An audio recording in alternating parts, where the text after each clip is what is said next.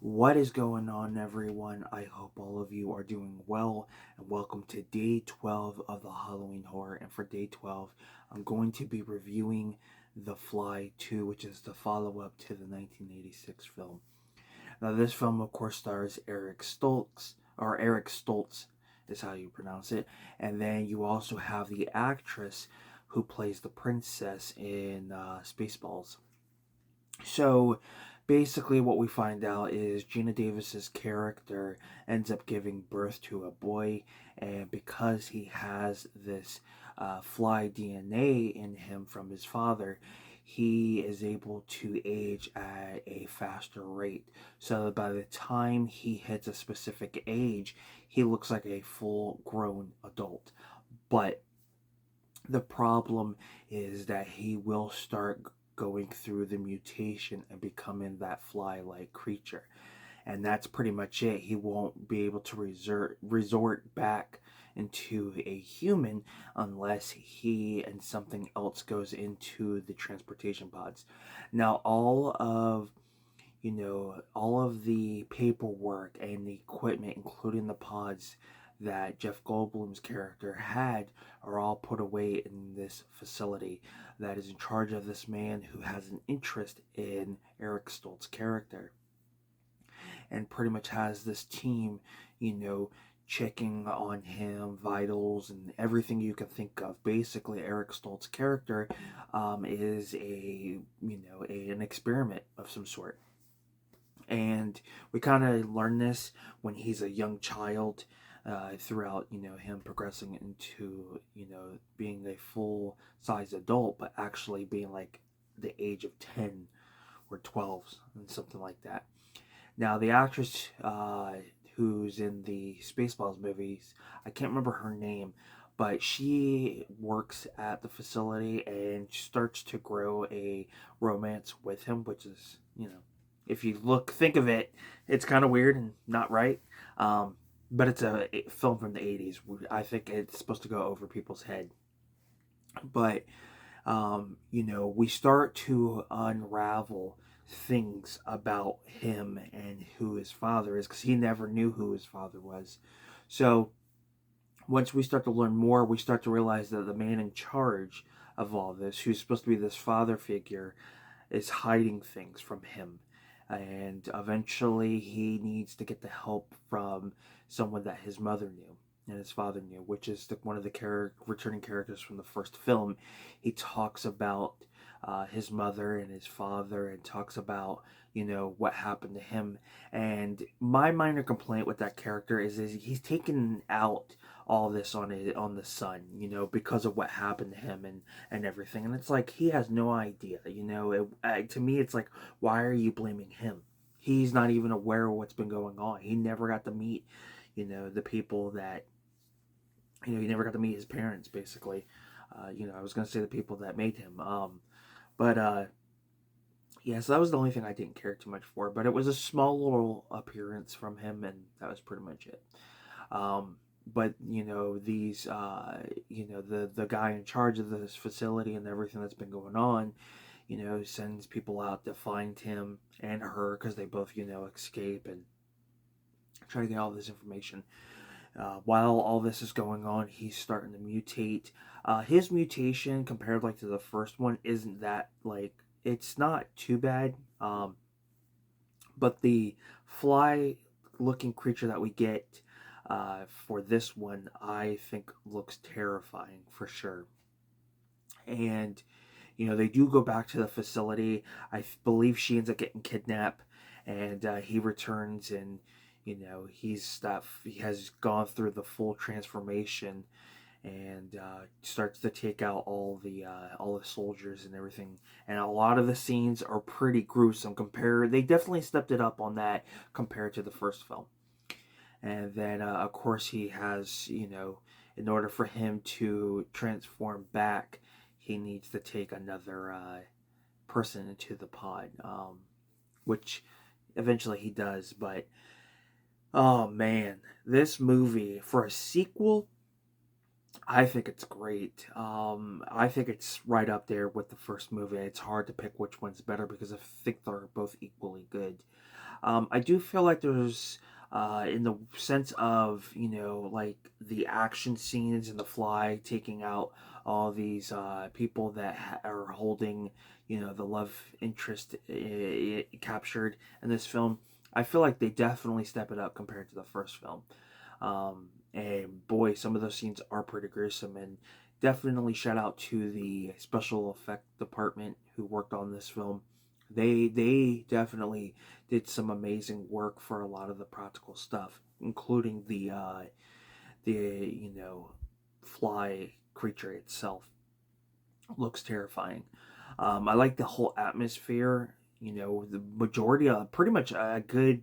Well, actually, the more you think about it, there's probably like what 10% of the film that doesn't take place in this facility. The entire film takes place in the facility, so it does have like that eerie feeling to it. Because this facility, I think it's like multi levels, so just you could get lost, and just when the lights go out, it can be very dark and eerie and cold. That's the kind of atmosphere that you get. But man, I have always enjoyed this sequel. Eric Stoltz, I think, is great. I feel like it's a very underrated role for him, and people don't really talk about this movie as often. And I do find the sequel to be underrated. When you think of The Fly, you think of either the original or you think of the remake. You never think of this. And I feel like it definitely deserves a lot more um, credit, and definitely deserves a lot more eyes on, because I think a lot of people would enjoy this sequel. It's just absolutely a fantastic film, and the story I think is pretty interesting. Different, it's kind of different compared to the first film, but I think it works. And then the chemistry between Eric Stoltz and the actress from Spaceballs, I think it worked. I think she was a likable character, and it was great to see her in something else. I don't know what she's been up to since. Um, a lot of those actors, that did think work in the 80s or early 90s don't act anymore. A lot of them have pursued other things. But it was really nice to see her in this. Excuse me. So, yeah, I thought the chemistry was great there. I did not like the villain, which was great. That's the way you got it. I think the actor who played the villain in this film, I think, did a wonderful job. There was moments where you're just so annoyed by him, and I felt like it worked. That's how a villain should be. So to see what he got, coming to him, I thought was very justice. But I also think they could have done a lot more with that too. But you know what? It is what it is. I would have been down for a third Fly movie, if I'm going to be quite honest with you, because in the way it kind of left off, because he wasn't. I don't even think he had, because of course, with movies, there's always going to be that cliche sex scene. But I felt like, because that was before his transformation, so he already had the Fly DNA. So you could have left off for a potential third movie of her giving birth to a child, and then both of them trying to figure out what they're going to do with their son, because he would have the Fly DNA. So I really wish we would have gotten a third Fly movie. I also feel like the Fly giving the source material, I think, would be great as a TV series, a really great sci-fi horror drama series. I feel like it works. I feel like the source material could work for a TV series. Now, it does not have to be a multi. Excuse me. It doesn't have to be a multi-season series. It could be like a limited series, like a maybe 10-episode web series. But I feel like it could, expand more into the lore of all this, as well as, kind of being a third installment of the film in some way. I think that would have been pretty cool, but I am completely fine with having the two movies. But I wish I could say more. I mean, I'm sure by now a lot of you have seen this movie, but it's such a fantastic film. And I do hope that one day we do get 4Ks for The Fly and The Fly 2, and I feel like it is coming. Scream Factory is going through their catalog, They're re-releasing a lot on 4K, and I have this real big feeling that there is that possibility they could be on their way. But I don't know if they're canon. What is not? Is it canon? Not canon. Vestron. Um, I don't know if they were under the Vestron label years back. I don't think they were. They might have been just 20th. No, actually, no. I think they are 20th Century Fox. Um, so I wouldn't be surprised if Scream Factory gets the okay to do 4Ks. Those movies in 4K with those effects of the mutation of Jeff Goldblum and Eric Stoltz transforming into the Fly would look so good. Like the amount of detail. Oh, that's wishful thinking. I hope it comes into full circle. But thank you guys for tuning in to day 12 of my Halloween Horror 3. And thank you for tuning in for my review and my thoughts on The Fly 2. I hope you guys enjoyed, and if you enjoyed it, please give me a thumbs up. It is very much appreciated, and you guys are more than welcome to comment down below what your thoughts are. And if you're new to the channel and you haven't subscribed yet, go ahead and do so. It helps me out. I do collection updates, movie reviews, unboxings. It's so much more. So if that's something you're into, definitely hit that subscribe button and hit the notification bell so you guys are notified when I do upload a video. I also want to mention that there will be a minor change in my videos. I think moving forward, and this will probably happen next month, is that I'm going to try to start filming my videos in the morning, maybe about an hour or two when I wake up, and give myself time to get them edited and then uploaded, because I feel like there's something lacking with my videos to some extent, like an intro, thumbnail, and stuff. So I want to get more creative, and that way I can start increasing the views. I actually had contacted a while back, I think it might have been like Severin or it was Vinegar Syndrome, it was one of those two companies.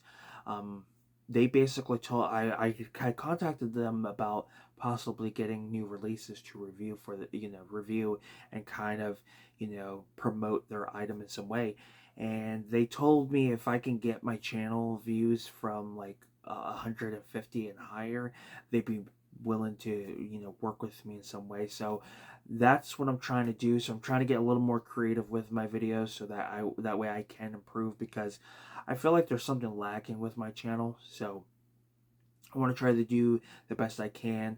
I also want to incorporate some more videos on like the reaction videos for trailers, and I'm gonna start maybe doing my new release Tuesday. I had done a video and I didn't think it did too well, so I'm gonna kind of get a little more creative on that. But we'll see. We'll see what happens. But I definitely want to improve the channel, and hopefully when eBay sales start to happen, I can start buying more equipment to invest into the channel, because of course I want to do my podcast. Excuse me. So yeah, so there's a lot to come, and I hope you guys will join me on this journey. I also want to eventually do a giveaway. So I'm hoping if I can make enough sales on eBay or even Mercari, I'll be able to use the funds, get a couple items, and do a giveaway for you guys, because I would like to do that. And considering I'm getting close to 2,000 subs, right now I'm at a little over 1,700, so we're getting close.